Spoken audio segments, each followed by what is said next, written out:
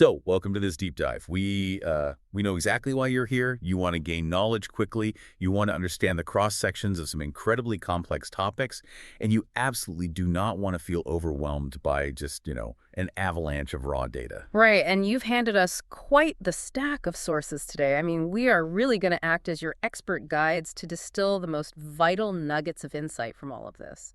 Yeah, and looking at the materials you've shared with us today, we have a pretty massive interdisciplinary journey ahead. Our core mission here is to explore the architecture of a sustainable future. And we really are covering the entire spectrum. Your stack includes an academic paper on regenerative social ecological systems, an Arizona legislative fact sheet detailing graywater regulations. Which is fascinating, by the way. Oh, totally.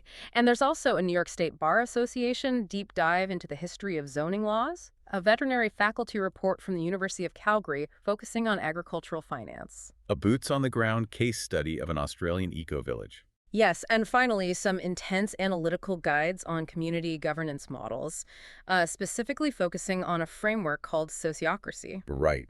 It might sound at first glance like a totally disparate assortment of documents. Yeah, but the reality of building a sustainable future requires us to connect the dots between sweeping, macro-level legal frameworks and the micro-level day-to-day governance of small communities. I mean, you really cannot fully grasp the challenge of one without understanding the friction of the other. Okay, let's unpack this.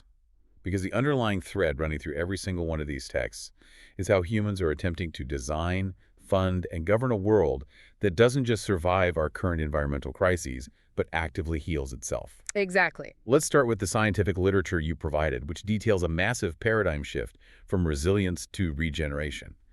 Now, the text leans heavily on this panarchy model to explain resilience.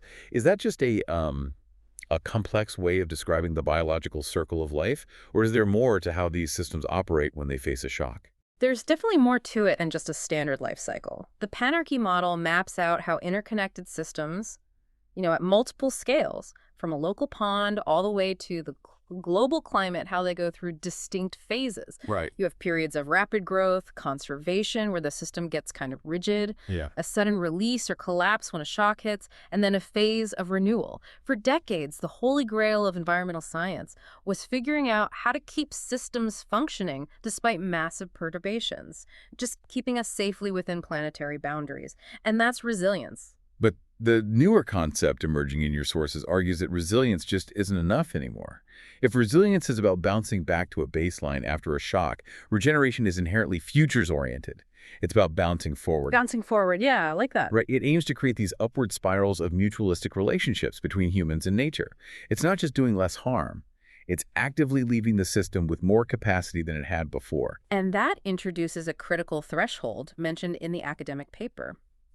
Once a system crosses a certain boundary into regenerative dynamics, it gains what researchers call regenerative momentum. Regenerative momentum. Yeah. Think of a forest ecosystem that has been intensely managed and restored to the point where the soil biology is so rich and the water table is so stable that the forest naturally begins to expand and heal its own edges without human intervention. It basically becomes partially self-perpetuating. But sparking that momentum requires an initial, massive burst of energy. And looking at the Calgary Veterinary Medicine report on regenerative agriculture, Yeah. we see exactly where that energy stalls out. They highlight a formidable financial roadblock they call the bankability gap. Oh, the bankability gap is arguably the single largest hurdle in modern agriculture right now. Yeah. Transitioning a conventional farm to regenerative practices requires significant, immediate, out-of-pocket costs for the farmer. New equipment, different seed varieties, literally taking land out of production to let it rest. Right, but the ecological and financial payoffs, like drought-resistant soil, eliminated fertilizer costs, premium crop yields, those are on a 5 to 10-year horizon. Exactly. So how does a farmer actually bridge that? A traditional agricultural lender isn't going to care about a 10-year soil health horizon if the commercial loan terms demand quarterly returns starting immediately. The timelines are entirely mismatched. Completely. And this is where the finance sector is being forced to innovate. The report details several proposed mechanisms to bridge this gap. You have green bonds designed specifically to front-load capital for ecological transitions. Okay. You have sustainability-linked loans, where the interest rate actually drops if the farmer hits certain soil carbon targets. Wow, that's clever. Yeah, and then you have direct ecosystem service payments, where corporations or governments pay the farmer strictly for the public good. They are creating, like, sequestering carbon or purifying the local watershed. But to make any of this palatable to institutional investors, the market is screaming for standardized ESG metrics, right? Right.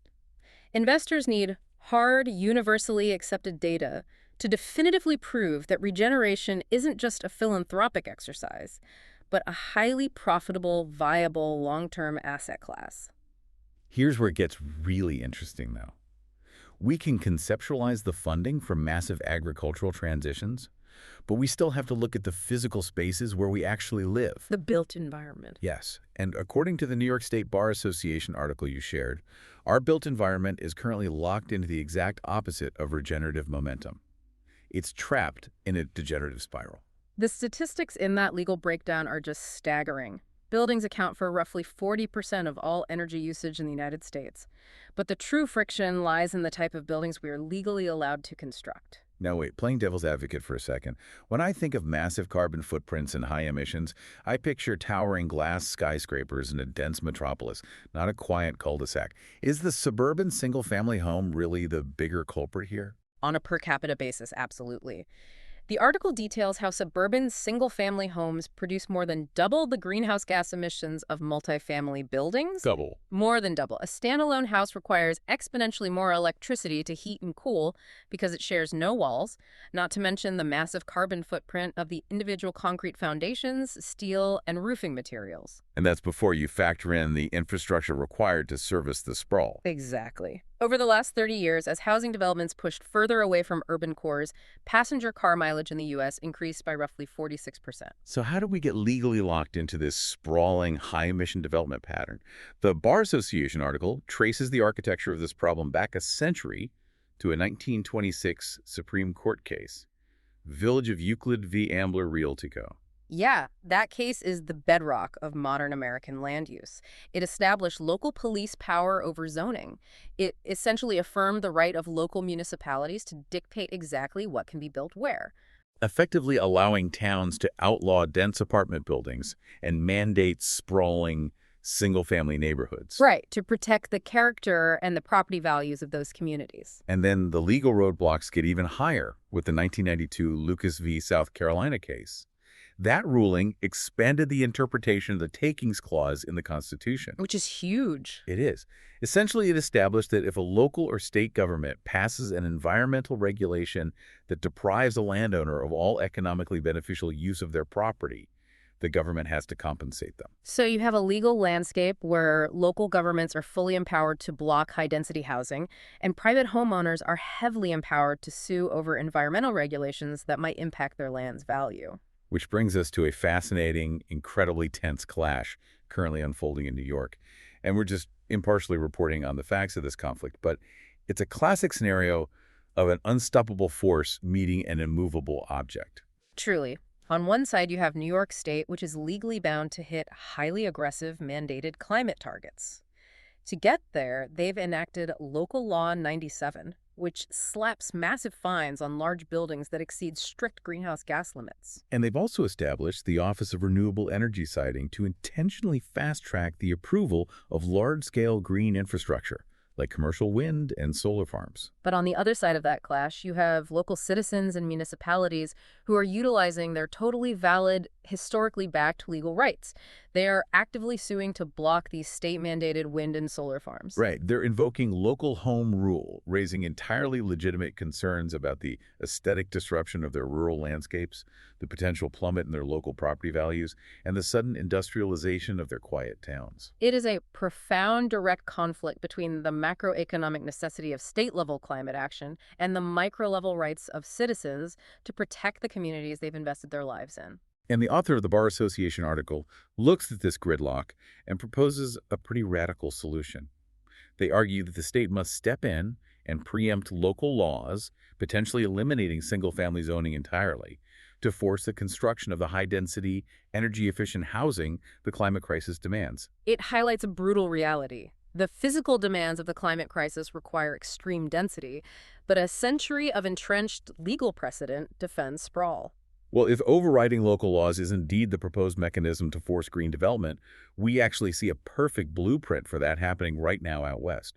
Your Arizona legislative fact sheet on House Bill 2097 is state preemption in action, but utilized in a highly strategic, hyper-specific way to achieve ecological goals. Yeah, the bill mandates that the Arizona Department of Environmental Quality must allow the use of gray water and composting toilets via a general permit, completely bypassing local red tape. Now, I noticed the bill was incredibly specific about the definition of gray water.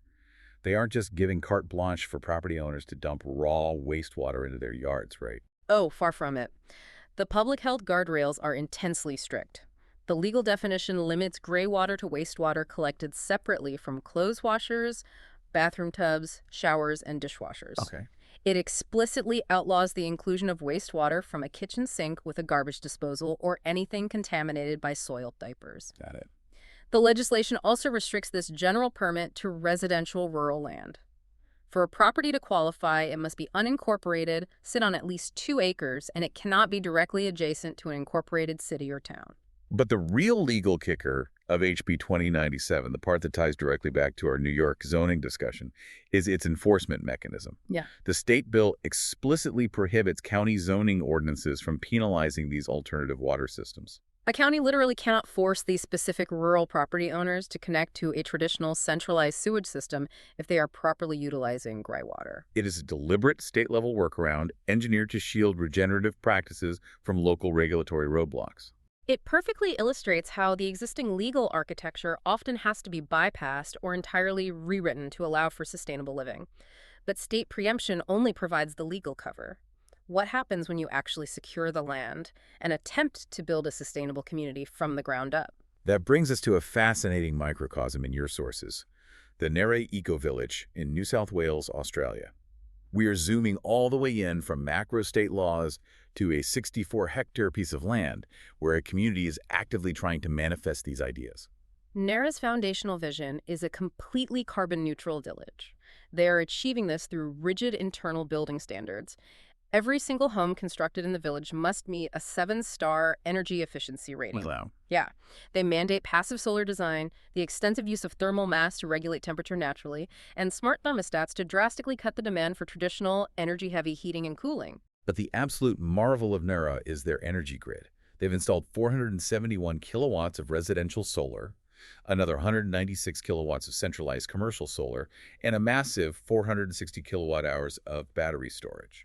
But you can't just plug that volume of localized generation directly into the standard grid without causing chaos. Right, so they imported a highly specialized European smart transformer that the community affectionately nicknamed Priscilla. Aha, Priscilla. She is the technological brain of the operation. When you have that much high-density solar generation in one confined neighborhood, the primary risk is overvoltage, which can literally fry the local infrastructure and shut the grid down. Yeah, nobody wants that. Exactly. So Priscilla actively regulates the power quality and voltage. It uses predictive algorithms factoring in upcoming weather conditions and historical energy demand to autonomously decide whether to store the generated energy in the batteries, share it laterally between buildings in the village, or export the surplus safely to the main New South Wales grid. But being an early adopter on this scale is brutal.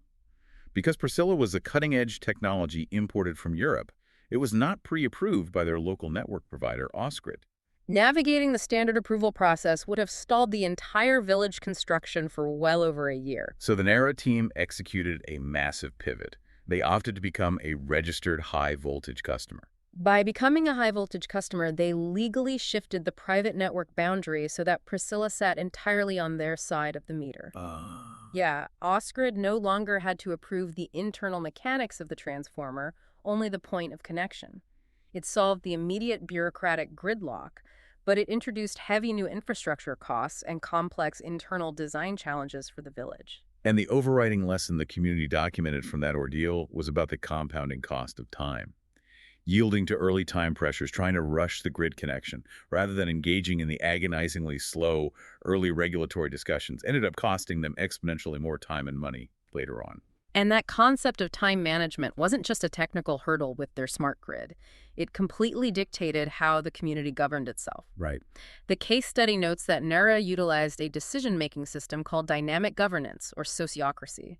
While it ensured incredibly high member satisfaction with the final outcomes, the process itself led to grueling delays. At one point, the physical placement of their wastewater treatment plant was stalled for over a month, while new alternative options had to be costed out simply to satisfy the concerns of the community members. Which brings us to the ultimate friction point of community design, arguably more complex than smart grids or zoning laws. How do a diverse group of humans actually make a decision together? The Guide to Decision-Making You provided, quotes, community legend Geoff Cosney, who states, the best decision-making process is the one that the members trust. It's a beautifully pragmatic metric. The sources break down the standard models we often see. You have the traditional majority vote, which is fast and familiar, but inherently creates a permanent faction of winners and losers, which can rot community cohesion over time. Sure. You have consensus, which requires universal agreement.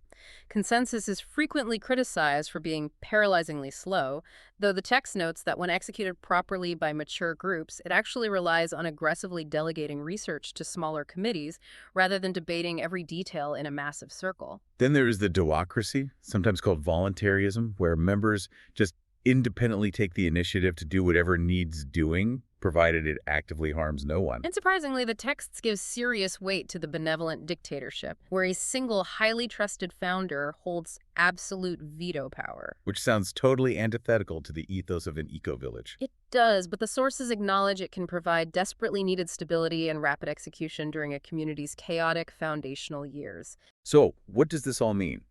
How does sociocracy, the system that caused a month-long delay at NERA, fit into this? In the materials, we see a fierce defense of sociocracy by Nathaniel Whitestone, responding directly to critiques from academic Jem Bendel.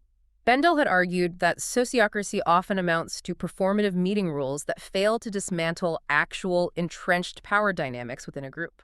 Whitestone's counterargument is where the most profound insight of this entire stack lies.